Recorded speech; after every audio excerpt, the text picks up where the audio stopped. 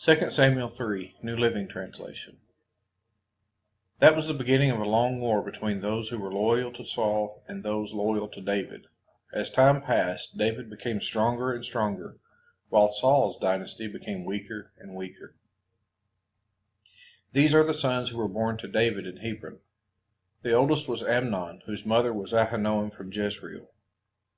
The second was Daniel, whose mother was Abigail, the widow of Nabal from Carmel. The third was Absalom, whose mother was Maacah, the daughter of Talmai, king of Geshur. The fourth was Adonijah, whose mother was Haggith. The fifth was Shephatiah, whose mother was Abital. The sixth was Ithream, whose mother was Eglah, David's wife. These sons were all born to David in Hebron. As the war between the house of Saul and the house of David went on, Abner became a powerful leader among those loyal to Saul. One day Ishbosheth, Saul's son, accused Abner of sleeping with one of his father's concubines, a woman named Rizpah, daughter of Aiah. Abner was furious. "Am I some Judean dog to be kicked around like this?" he shouted. "After all I have done for your father Saul and his family and friends by not handing you over to David, is this my reward that you find fault with me about this woman? May God strike me and even kill me if I don't do everything I can to help David get what the Lord has promised him. I'm going to take Saul's kingdom and give it to David. I will establish the throne of David over Israel as well as Judah, all the way from Dan in the north to Beersheba in the south." Ishbosheth didn't dare say another word because he was afraid of what Abner might do. Then Abner sent messengers to David, saying, "Doesn't the entire land belong to you? Make a solemn pact with me, and I will help turn over all of Israel to you." "All right," David replied, "but I will not negotiate with you unless you bring back my wife Michal, Saul's daughter, when you come." David then sent this message to Ishbosheth, Saul's son: "Give me back my wife Michal, for I bought her with the lives of 100 Philistines." So Ishbosheth took Michal away from her husband Palti, son of Laish. Palti followed along behind her as far as Bahurim, weeping as he went. Then Abner told him, "Go back home." So Palti returned.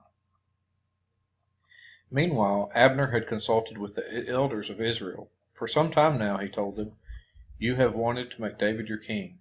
Now is the time. For the Lord has said, I have chosen David to save my people Israel from the hands of the Philistines and from all their other enemies." Abner also spoke with the men of Benjamin. Then he went to Hebron to tell David that all the people of Israel and Benjamin had agreed to support him. When Abner and 20 of his men came to Hebron, David entertained them with a great feast. Then Abner said to David, "Let me go and call an assembly of all Israel to support my lord the king. They will make a covenant with you to make you their king, and you will rule over everything your heart desires." So David sent Abner safely on his way. But just after David had sent Abner away in safety, Joab and some of David's troops returned from a raid, bringing much plunder with them. When Joab arrived, he was told that Abner had just been there visiting the king and had been sent away in safety. Joab rushed to the king and demanded, "What have you done? What do you mean by letting Abner get away? You know perfectly well that he came to spy on you and find out everything you're doing." Joab then left David and sent messengers to catch up with Abner, asking him to return. They found him at the well of Sirah and brought him back, though David knew nothing about it. When Abner arrived back at Hebron, Joab took him aside at the gateway as if to speak with him privately. But then he stabbed Abner in the stomach and killed him in revenge for killing his brother Asahel.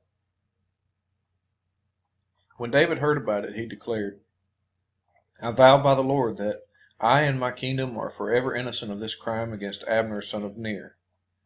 Joab and his family are the guilty ones. May the family of Joab be cursed in every generation with a man who has open sores or leprosy, or who walks on crutches, or dies by the sword, or begs for food." So Joab and his brother Abishai killed Abner because Abner had killed their brother Asahel at the battle of Gibeon.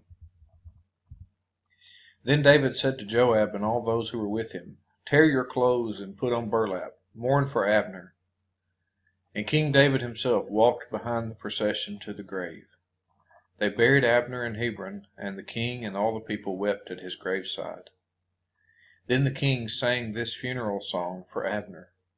Should Abner have died as fools die? Your hands were not bound, your feet were not chained. No, you were murdered, the victim of a wicked plot. All the people wept again for Abner. David had refused to eat anything on the day of the funeral, and now everyone begged him to eat. But David had made a vow, saying, "May God strike me and even kill me if I eat anything before sundown." This pleased the people very much. In fact, everything the king did pleased them. So everyone in Judah and all Israel understood that David was not responsible for Abner's murder.